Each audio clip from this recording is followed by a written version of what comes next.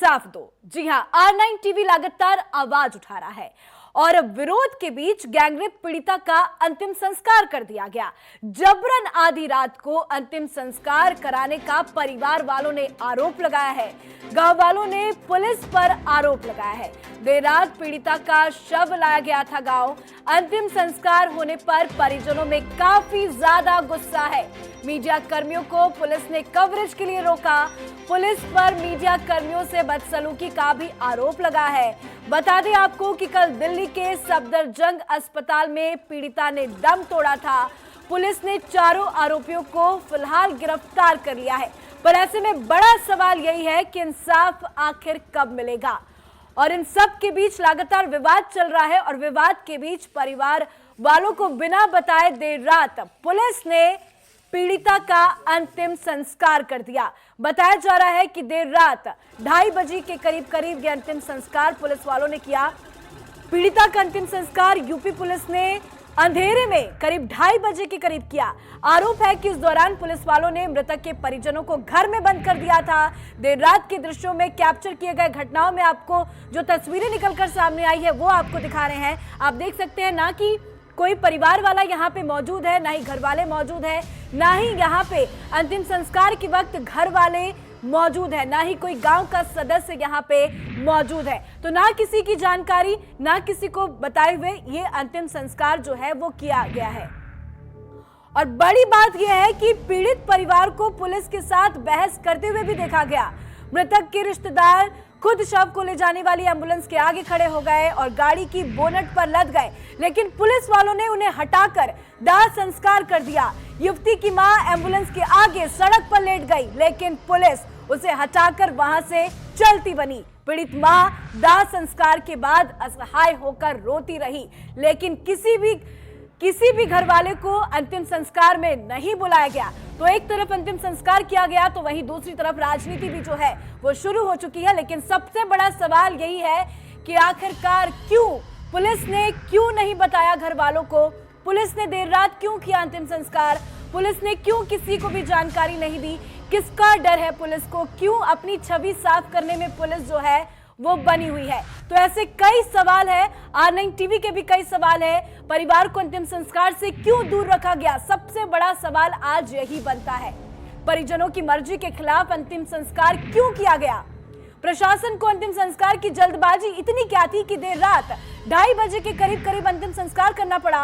अंतिम संस्कार पर प्रशासन और परिवार के बयान अलग अलग क्यों सामने आ रहे हैं? पुलिस क्यों नहीं अपना पल्ला झाड़ते हुए नजर आ रही है? क्यों नहीं कह रही है कि जल्द न्याय दिलाया जाएगा, इंसाफ होगा? लेकिन पुलिस कह रही है कि ये तो गैंगरेप हुआ ही नहीं है। ना पुलिस कह रही है कि जीप कटी हुई थी। लगातार परिवार वाले आरोप लगा रहे हैं कि बेसुध हालत में पीड़िता जो है वो पड़ी थी, जीप कटी हुई मिली है। लेकिन इन सारी बातों से पुलिस वाले इनकार करते हुए नजर आ रहे हैं।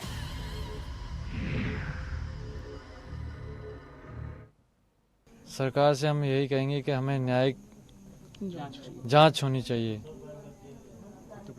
उत्तर प्रदेश सरकार से हमारा यही, और दोषियों को फांसी होनी चाहिए। ठीक है। और कुछ चाहते हैं सरकार से आप? और सम्मान वापस चाहिए और सुरक्षा चाहिए। आप अपने ही घर में इतने सुरक्षित हैं कि आपको ताला बंद करके रहना पड़ रहा है? जी, डर की वजह से हम लोग यहाँ पे अंदर, प्रशासन से बहुत प्रेशर डला हुआ है। अब तक जो जांच प्रक्रिया चल रही है, जो गिरफ्तारी हुई, क्या आप उससे संतुष्ट नहीं हैं? नहीं संतुष्ट हैं। R9 टीवी पहुंच गया है उस जगह जहां दरिंदों ने उस किशोरी के साथ रेप किया था।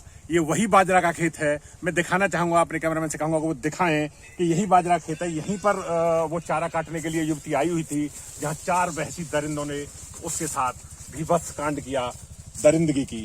यही वो ये बाजरा दिखाऊंगा, ये टूटा हुआ है और इसी जगह पर वो चीखती रही, चिल्लाती रही, लेकिन 4 बहसी दरिंदे उसकी अस्मत को रौंदते रहे। R9 टीवी के लिए देवेंद्र पाराशर, हाथरस। तो लगातार R9 टीवी भी सवाल उठा रहा है। गांव ग्राउंड जीरो से रिपोर्ट आपको दिखा रहे हैं कि किस तरह से वहां का जो माहौल है वो बना हुआ है। घर के लोगों में डर का माहौल है। परिवार वाले काफी ज्यादा डरे हुए हैं। परिवार वाले लगातार कह रहे हैं कि प्रशासन इसको लेकर सख्त कदम उठाए, पर अभी तक कोई कदम नहीं उठाया गया है। और R9 टीवी के सवाल है कि मीडिया कर्मियों को पुलिस ने क्यों रोका, परिवार को अंतिम संस्कार से क्यों दूर रखा गया। ऐसे कई सवाल है जो पूरी देश की जनता पूछनी चाह रही है। और एक्सक्लूसिव तस्वीरें आपको दिखा रहे हैं, R9 टीवी की एक्सक्लूसिव तस्वीरें, जिसमें आप देख सकते हैं कि किस तरह से यहाँ पे देर रात पेट्रोल डालकर अंतिम संस्कार किया जा रहा है। बहुत ही घिनौनी तस्वीर, शर्म कर देने वाली ये तस्वीर आपके चैनल स्क्रीन पर। देर रात की ये पूरी घटना है, रात के 2:30 बजे की ये घटना है। किस तरह से बेरहमी के साथ पुलिस वाले इस पीड़िता का अंतिम संस्कार करते हुए नजर आ रहे हैं, वो आप तस्वीरों के जरिए देख सकते हैं। ना ही पूजा पाठ, ना ही जो अंतिम संस्कार की क्रिया होती है वो की गई है। पेट्रोल डालकर बेरहमी के साथ यहाँ पे जलाया जा रहा है, पीड़िता को अंतिम संस्कार किया जा रहा है। और ज्यादा जानकारी के साथ हमारे संवाददाता देवेंद्र परासर हमारे साथ बने हुए हैं। देवेंद्र, R9 टीवी की एक्सक्लूसिव तस्वीरें हम अपने दर्शकों को दिखा रहे हैं कि कितनी बेरहमी के साथ यहाँ पे पीड़िता का अंतिम संस्कार रात के 2:30 बजे के करीब किया गया है।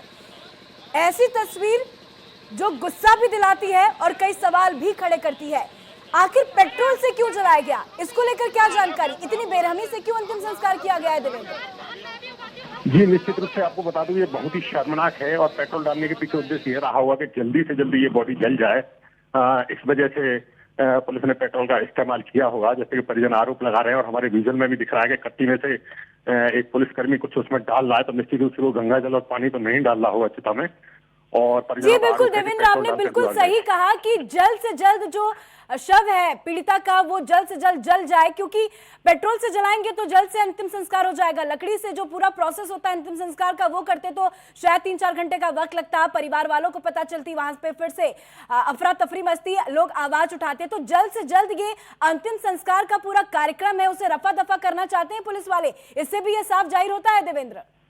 जी, निश्चित रूप से जल्दी से करने के लिए ये सब किया गया था कि जल्द से जल्द इसको जला करके और इसको चैप्टर को क्लोज किया जाए। लेकिन गांव में बहुत ही आक्रोश है, बड़ा भय का माहौल है।